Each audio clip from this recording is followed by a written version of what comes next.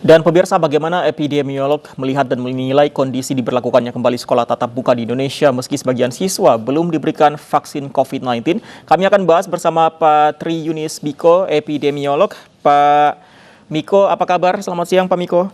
Alhamdulillah Mas Andi, baik. Baik, sehat selalu ya Pak Miko. Pak Miko, bagaimana pendapat Anda dengan siswa yang belum menjalani vaksinasi? Amankah untuk mengikuti belajar tatap muka, Pak?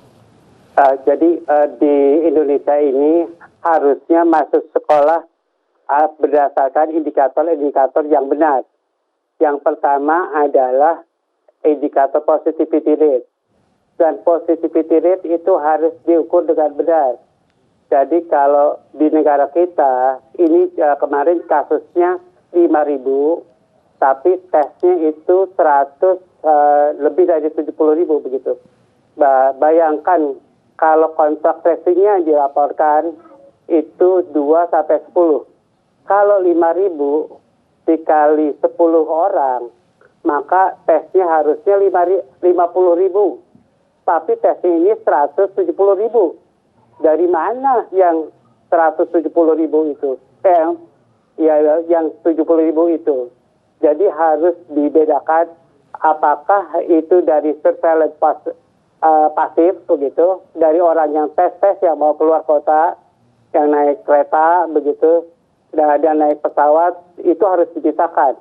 Nah, oleh karena itu negara kita harus punya konsep surveillance yang benar, baik itu surveillance pasif maupun surveillance aktif. Nah, positivity rate harus diukur dengan benar.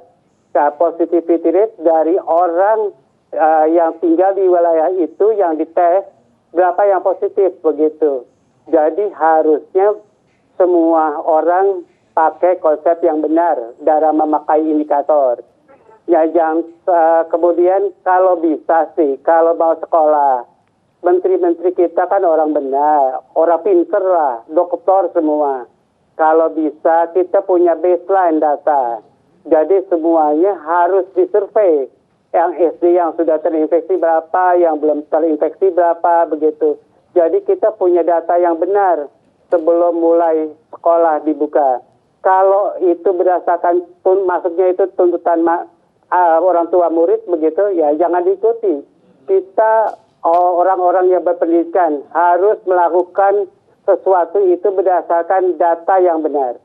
Baik, Pak Miko, berarti juga termasuk indikator angka vaksinasi maksud Anda, karena kemarin Pak Nadiem Mendikbud menyatakan bahwa vaksinasi ini bukan syarat utama untuk digelarnya sekolah tatap muka. Tanggapan Anda dengan pernyataan tersebut? Ya, jadi Pak Nadiem itu sebenarnya saya bingung ya. Kalau menurut saya, seharusnya adalah anak SD itu harusnya diupayakan divaksinasi dengan vaksin Pfizer yang bisa diberikan pada anak 5 tahun ke atas begitu. Jadi harusnya diupayakan sekali bahwa anak-anak SD kita diimunisasi, anak SMP diimunisasi, anak SMA juga diimunisasi, dan orang gurunya atau orang tuanya juga diimunisasi. Kalau bisa cakupan negara ini sudah mencapai 60% atau 80% bahkan begitu, baru kita mulai sekolah dengan aman. Kalau sekarang dimulai, yaitu sekolah tidak dengan aman begitu. Jadi orang tuanya takut, muridnya juga takut-takut. Jadi kalau terjadi letupan di sekolah itu, siapa bertanggung jawab? Kepala sekolahnya, gurunya, menterinya, begitu. Jadi harus bertanggung jawab semua itu. Baik. Pak Miko, mau tidak mau, meskipun ada pro dan kontra, ini tatap muka sudah berjalan di hari kedua pada hari ini. Yang harus dilakukan, yang bisa dilakukan oleh pemerintah saat ini, evaluasi pada poin yang mana yang sebaiknya dilakukan, Pak Miko? Ya, menurut saya dipastikan dulu surveillance-nya atau datanya benar, bahwa infeksi di wilayah itu, di kabupaten atau kota atau provinsi itu sudah jarang. Pastikan dulu pertama kali. Yang kedua adalah gurunya dipastikan cakupannya sudah bagus. Yang ketiga adalah cakupan di anak sekolah ini sudah bagus. Kalau tidak ada vaksinasi, maka upaya pencegahan harus maksimal. Kemudian upaya menjaga jaraknya harus aman begitu. Kemudian pakai masker semuanya. Jadi dan dipastikan bahwa tidak ada murid yang terinfeksi. Nah ini yang sangat sulit begitu. Kalau murid SD, SMP, SMA, kalau terinfeksi adalah OTG, maka itu diperlukan data survei. Baik. Berapa orang yang terinfeksi, berapa Baik. orang yang OTG, dan berapa yang tidak terinfeksi. Baik, Pak Miko, kita akan tunggu terus bagaimana evaluasi dari pemerintah. Terima kasih, Pak Tri Yunis Miko, epidemiolog. Selamat siang, Pak Miko.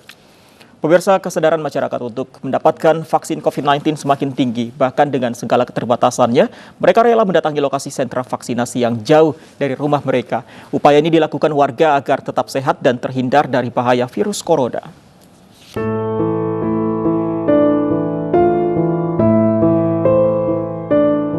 Dengan keterbatasan fisiknya, Iwan tidak pernah menyerah untuk mendapatkan vaksin COVID-19. Ditemani sang kakak, dia rela mendatangi sentra vaksinasi MNC Studios Kebon Jeruk, Jakarta Barat untuk mendapatkan dosis kedua. Iwan berharap upayanya ini bisa menghindari dirinya dari bahaya COVID-19. Di hari keempat pelaksanaan vaksinasi, masyarakat terus berdatangan ke sentra vaksinasi yang digelar Kemenparekraf, bekerja sama dengan MNC Peduli dan sejumlah pihak. Kita beraniin itu buat istilahnya ikhtiar juga lah. Tadinya sih polio, terus matanya ini kan juga udah dioperasi dua-duanya. Lancar, cukup lancar, fasilitasnya juga enak, ruangannya juga dingin, sejuk. Program vaksinasi adalah upaya pemerintah mencapai herd immunity dan menanggulangi pandemi COVID-19 yang harus didukung oleh seluruh masyarakat. Saya kira tidak perlu ada rasa ketakutan bagi masyarakat yang belum divaksin. Vaksin ini merupakan suatu hal yang penting, yang perlu diikuti oleh setiap masyarakat, sekalipun dia belum terkena COVID. Ini supaya apa? Supaya meningkatkan kekebalan tubuhnya. Masyarakat yang ingin divaksin dapat datang ke sentra vaksinasi MNC Studios Kebon Jeruk, Jakarta Barat. Vaksin dosis kedua ini akan digelar hingga tanggal 31 Agustus 2021. Dari Jakarta, Bunga Ayu, iNews melaporkan.